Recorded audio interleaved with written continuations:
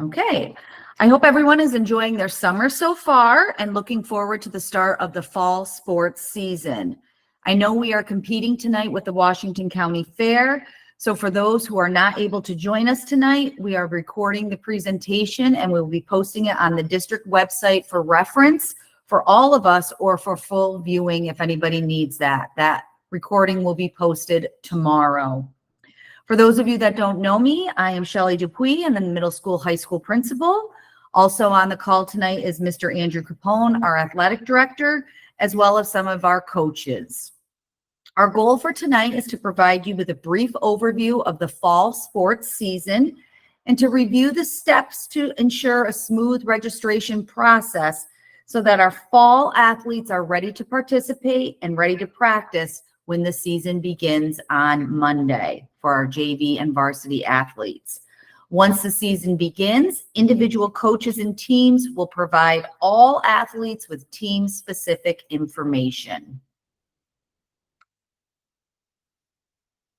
If a student in grades 7 through 12 wants to participate in the fall sports season, students are invited to sign up for golf, cross country, soccer, and volleyball. Most athletes have already begun the registration process and signed up and have been physically cleared by our school nurse. But if you have not done so, take this as a final call to begin signing up and to end our registration process. All athletes who are wishing to play one of the sports that I mentioned must be registered via Arbiter, which was formerly known as Family ID.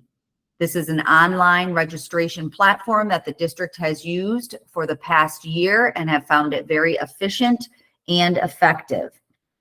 Please be sure that you are registering your athlete for the proper program. So if you are a student in grades 7 and 8, you should be registering for modified sports. And if you are a student in grades 9 through 12, you would either be registering for JV or varsity, unless your child has been contacted by a coach to be APP'd, and we'll discuss what that means later in the presentation. The link to the Arbiter registration can be found on the district website under the Athletics tab or under the Sports Registration tab on our home page. All athletes must have a current physical on file with the school nurse, and physicals can be uploaded directly onto the Arbiter platform or can be dropped off to the school during 8 to 2, Monday through Friday. They also can be emailed, faxed, whatever way you can get it to us, we will accept it. All student athletes must also meet the Hartford Central School academic eligibility policy in order to participate, and I will review this policy later in the presentation. If you have any questions about your physical or medical issues, please reach out to Nurse Sipowicz. If you have any questions about the registration process or having trouble, please reach out to Mrs. Connor in the middle school, high school main office. Parents will get email communication regarding registration status or if corrections are needed. We do have some registrations right now where corrections are needed. Most of the corrections are signatures. So for some reason, when you're doing it on your phone, it is a little bit harder to do, and some people mix up the parent signature with the student signature. If you are using it on your regular computer or laptop or Chromebook, it is a little bit easier to see. So again, you will receive an email letting you know if there are any corrections needed. Athletes need to be cleared and approved in order to participate for the first day of practice. Once your athlete is fully cleared, you will then be notified via email that your athlete is approved to play.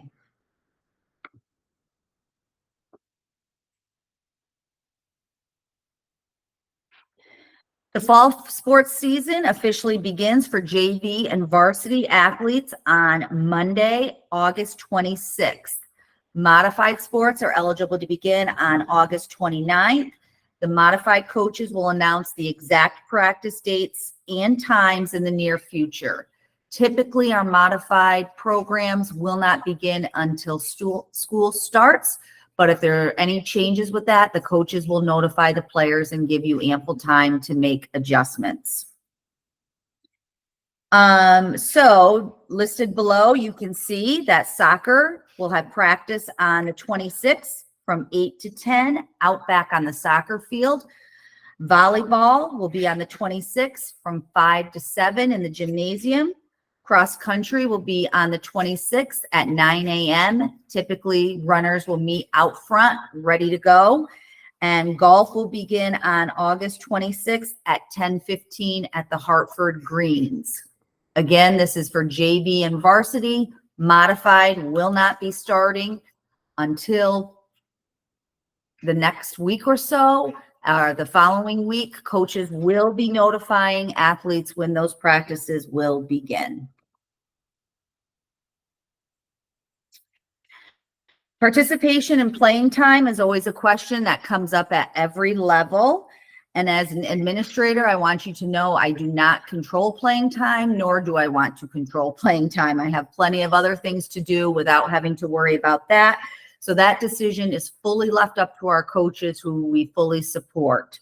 At the varsity level, it is competitive. Teams are playing to win Adirondack League championships and trying to participate in sectional play based on the number of wins that they do have in their schedule.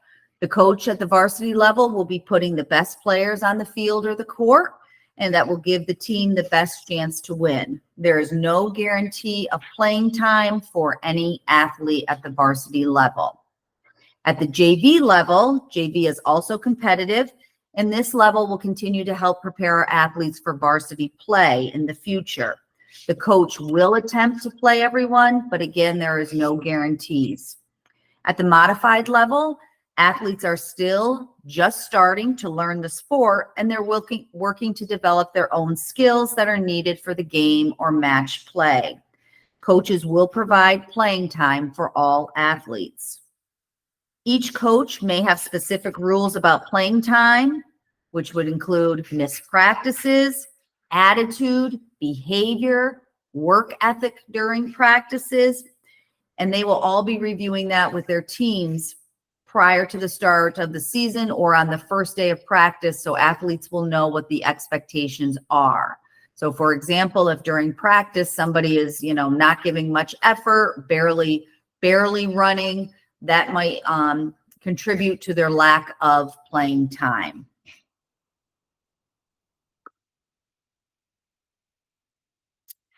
First and foremost, our athletes are our students, and all student athletes must meet the requirements in order to maintain eligibility to participate in sports according to Board of Education policy number 527. Student athletes will be evaluated at the end of the 5-week and quarterly marking periods. If a student is failing 2 or 3 classes during that period, a student is placed on academic probation and must complete the re-eligibility process in order to participate. The re-eligibility process is as follows. Students must stay after with the teacher whose course they are failing and have a sheet signed by the teacher whose course they are failing to verify attendance for staying after for extra help and support. So for example, if a student is failing math and science, the student needs to stay after once that week for science and once that week for math. At the end of the week, they need to turn in their sheet to Mrs. Connor in the main office, therefore stating that they have met their re-eligibility requirements for the following week. All forms are in the main office and can be picked up at any time from Mrs. Connor. Those forms are due on Friday. If a student is failing 4 or more classes, they are not eligible to participate at all, and they will be removed from the team. If a student or parent has any questions about this process, they can reach out to myself or Mrs. Connor in the main office.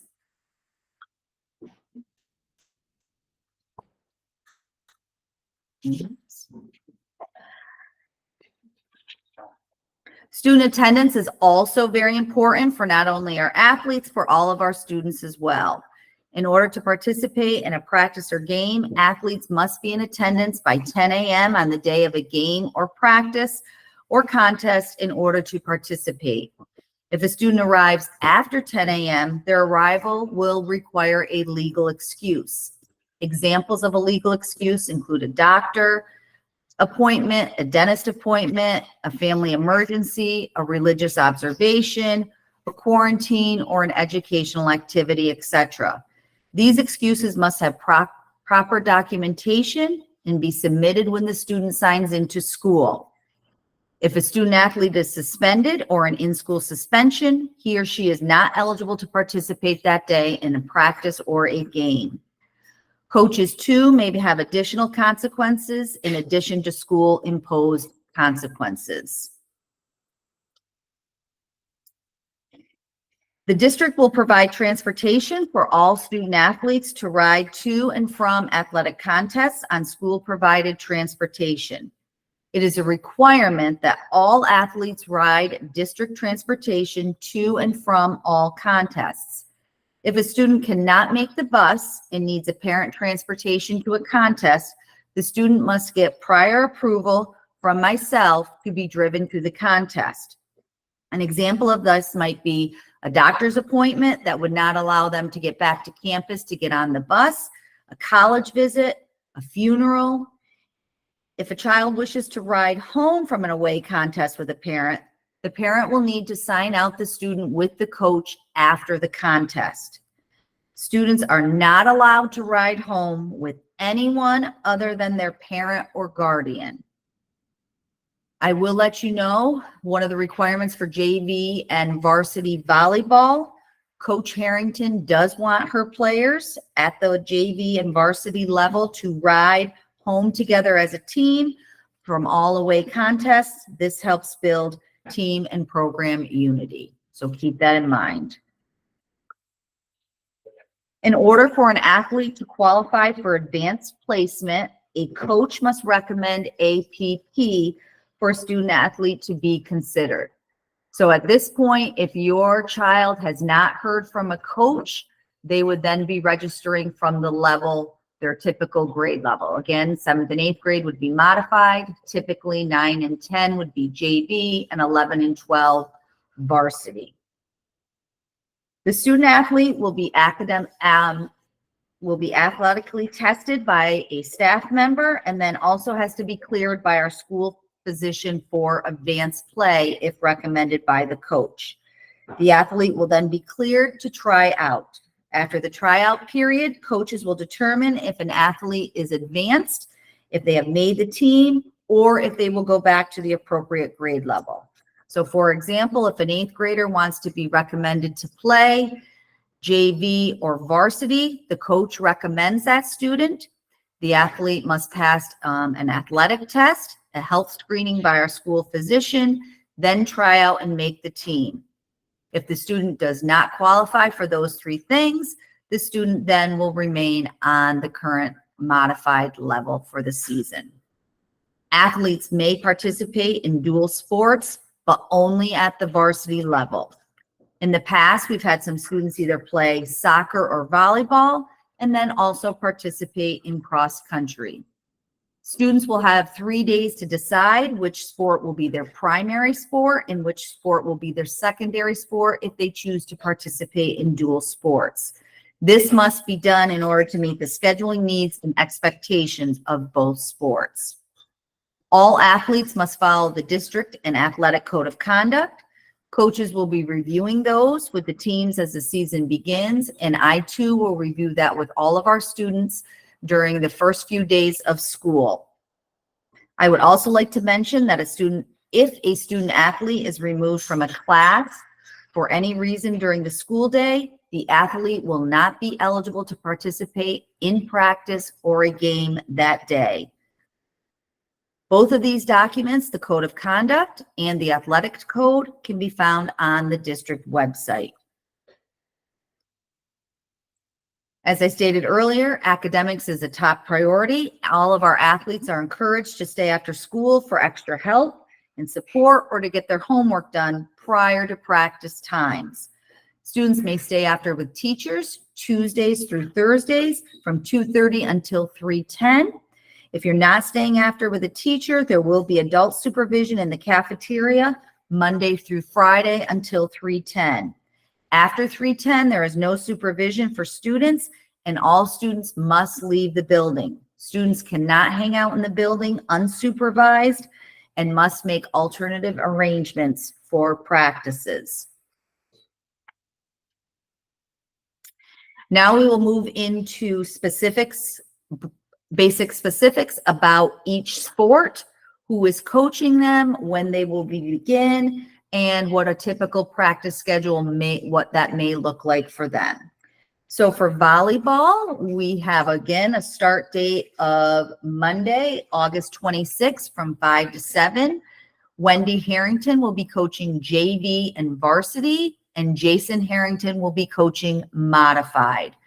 So typically practices, they have the gym space to use, as well as potentially our new cafeteria space. And a sample of the practice schedule is listed below. Those things could change, but those typically are the blocks of times when practices will occur for volleyball. Moving into soccer, with a start date of Monday, August 26th. Practice will be from 8 a.m. to 10 a.m. Our varsity level, we have Caleb Sutliff with a volunteer assistant, Raymond Harrington, and modified, we have Jerry Kilmartin. Currently, we only have enough players to support the modified and varsity levels. There will be no JV team for soccer. Practices will be held on the outdoor soccer fields. We can use the soccer fields behind the school, the youth fields, and as well as the upper field for practice. So typically with soccer practice, they tend to go right after school, starting at 3:10. For golf, which will begin on August 26th at 10:15 at the Hartford Greens. This is a merged sport with Fort Ann. So the coach is from Fort Ann, Mr. Olenek, who was coached the last year as well. And he is a Fort Ann teacher, but feel free to reach out to him with any questions, as you will see his email there. Or if you have any questions, you can always contact Andrew Capone or myself, and we can provide the contact information as well. The modified coach will be Mike McDougall, who is a Hartford teacher, but is being has been hired through Fort Ann to coach the merged Fort Ann and Hartford team. Again, that practice for varsity is Monday, 10:15, Hartford Greens. Cross country this year starts on Monday, August 26th at 9 a.m., typically right outside of the school in the bus circle. Modified and varsity will be coached by Crystalline Brielle with volunteer assistant Andrew Capone. Cross country 2 is a merged sport with Whitehall and Granville. So this being a merged sport, we will have the majority of our practices will take place right here at Hartford. And then for the meets, then the 3 schools will join together to participate as a team for meets. There might be a time throughout the season where they might have a joint practice or 2, but typically all of the schools will be practicing at their home courses.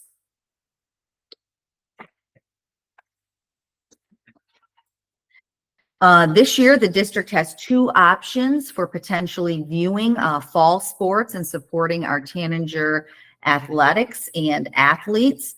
Again, this year, the district has for sale memberships for the NFHS, the National Federation of High School Sports, which is an online streaming option for indoor sports. And they can have, if you'd like a membership, you can stop in the main office and get a membership for $40. At that time, we will give you a code, which then you can use to maintain this online streaming service. You will have rights to all of the home JV varsity JV modified indoor sports at Hartford. This will also qualify for basketball season as well. You also have the same streaming rights with that membership to any other school in the county, in the state, in the region that has that.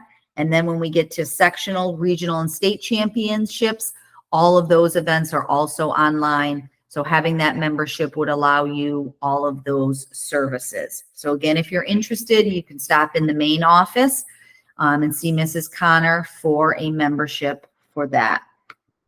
The second option we have is a free option, which is Huddle, which is also an online streaming platform that fans will be able to join, and they would be able to see this year our modified JV varsity and our modified JV varsity volleyball games.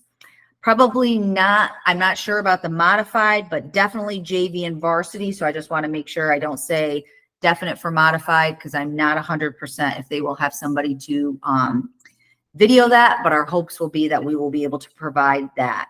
So in order to get that option, which is a free option, you need to visit the website that is listed there, fan.huddle.com. And then once in, search Hartford Central School, and then it will connect to the live feed and the live stream of the actual contest. So two great options in case you're not able to physically come to the games. Share those with family and friends so that they can support our Tanager athletics as well. So that is the end of our formal presentation. At this time, I will ask if anybody, any of our coaches or athletic director have any information that they would like to share. And then after that, we will then open it up for any questions. So does anyone of our coaches or any, or Mr. Capone, do you have anything that you would like to share that I may have forgot or provide further clarification? Yes, I do. Thank you, Ms. Dupuy, for all the information. As with the huddle there, it will stream the modified. Also, it's an automated camera in the gymnasium. So as long as those events are entered in and someone enters them in, they will be streamed. I also wanted just to follow up a little bit with playing time. As Ms. Dupuy had said, we don't manage playing time, but yet it's a common issue that comes up every season, every year. And we just ask from the school standpoint that if you have a concern with playing time, please reach out to the coach first. We're not there at the practices. We do not know what is going on, what transpires. So when you reach out to myself or Ms. Dupuy or even Mr. Cook, people reach out to Mr. Cook about playing time there. We have no idea. We have to go then ask the coach and then get back. So we ask that you please reach out to the coach, either the parent or the student athlete, at an appropriate time. Typically right after a game or a contest is not an appropriate time to come up and ask a coach about playing time. Make a communication via email, set up a meeting with myself or Ms. Dupuy, but address it first with the coach. If the answer you get from the coach is not what you like, and you have more concerns, at that point you'd reach out to myself and or Ms. Dupuy, and we would look further into it and potentially set up a meeting with the coach there. So, and the last thing I just wanted to say, we're in need of coaches. All districts are in need of coaches. So if you have any interest in coaching, please don't hesitate to reach out to me. I've worked with a lot of people in our community to, get them through the coaching process there. It is not an easy process. It's not a Hartford process. It's a New York State process. You have to take courses and there's money involved with it to get certified, but we're always looking for coaches. And I said other districts are in the same situation where we're looking for coaches. So please do not hesitate to reach out to me if that's something you are interested in. Even if you want to be a volunteer assistant, a lot of people say, hey, can I help out with the modified girls basketball team? It's great, but unfortunately, New York State requires volunteer assistants, base coaches for baseball or softball, any of those positions to be certified the same way as a head coach. So it's not like you can just show up to the practice or game and, help out. It's great that people want to help out, but, we need to work through the certification process. So if you have any concerns with that, please don't hesitate to reach out to me. If you have any questions about anything else to do with the athletic program, reach out to myself, Miss Connor. She's wonderful in answering questions, Miss Dupuis, and, we'd be happy to help you out. That's really all I have to say. Thank you, Mr. Capone. Any coaches want to chime in?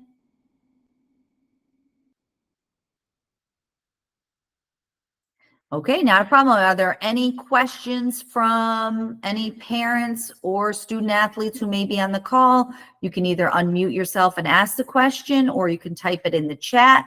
Or if after this presentation, you don't feel comfortable doing it in this format, please feel free to email myself, the coach, or Mr. Capone.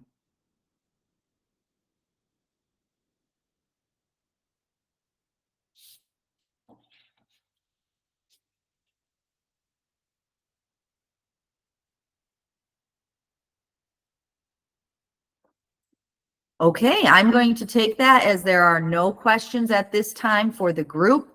Again, thank you all for your time tonight, for joining us. We are looking forward to the fall season. Go Tanningers, and we look forward to seeing our student athletes for JV and varsity back on campus on Monday. Thank you all and have a great night.